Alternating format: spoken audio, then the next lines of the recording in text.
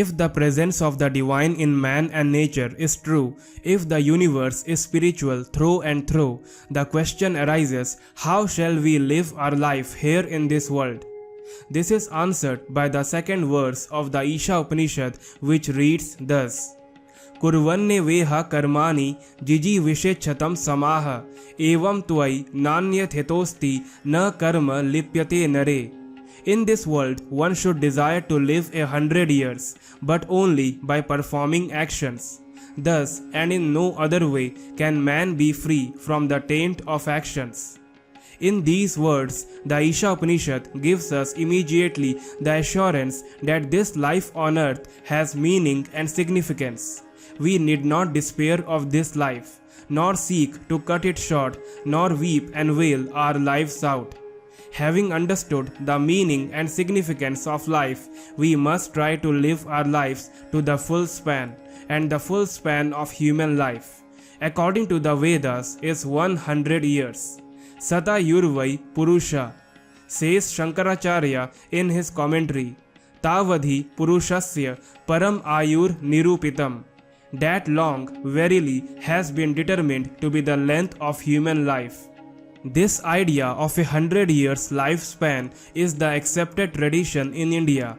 In the Brahmacharya ceremony, for instance, at the time of the investiture with the holy thread, the boy is blessed with the words, "May you live 100 years."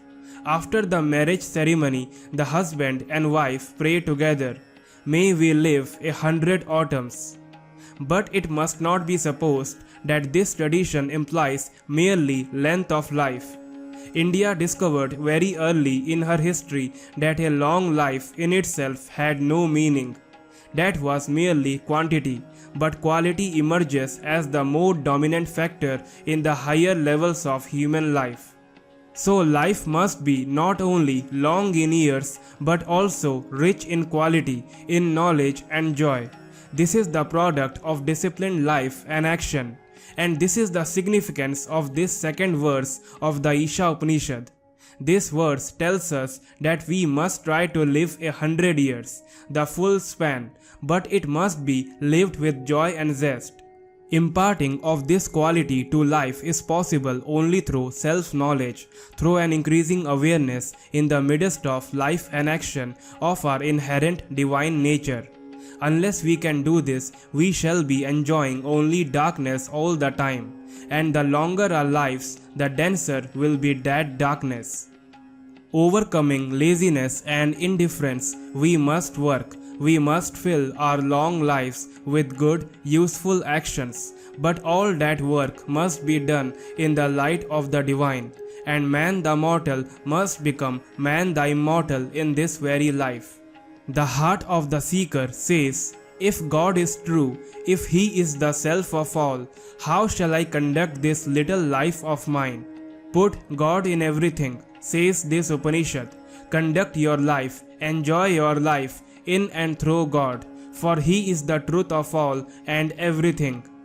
Life and its achievements become trivial when this truth of God does not shine through them. The next question which may arise is, if I act, will not my actions bind me? Will I not get polluted and tainted by them? The rishis, anticipating this question in the last line of the verse, say, "Na karma lipyate nare." This means action can never pollute, contaminate, tarnish or taint the quality of your being. People think that for the sake of attaining realization or samadhi, they must run away from the responsibility to act or refrain from action altogether. The Isha says, no, that is incorrect. It is escapism. It's not going to help you at all. You have to act and act consciously with responsibility. You must act with awareness and alertness. If you were compelled previously by your conditionings, then there is no freedom or spontaneity in that. Action and freedom go together. Action is the freedom of being compelled by your conditioning. The moment that you act in unawareness out of conditioning, then you cut yourself away from the wholeness of life. So the rishis explain that action is non-binding. Spontaneity, freedom, and understanding make you light as a feather. Therefore, your action becomes the unfoldment of your being. The act of living itself, therefore, is the unfoldment of your being. I hope you understand. Jai Shri Krishna, Jai Shri Ram.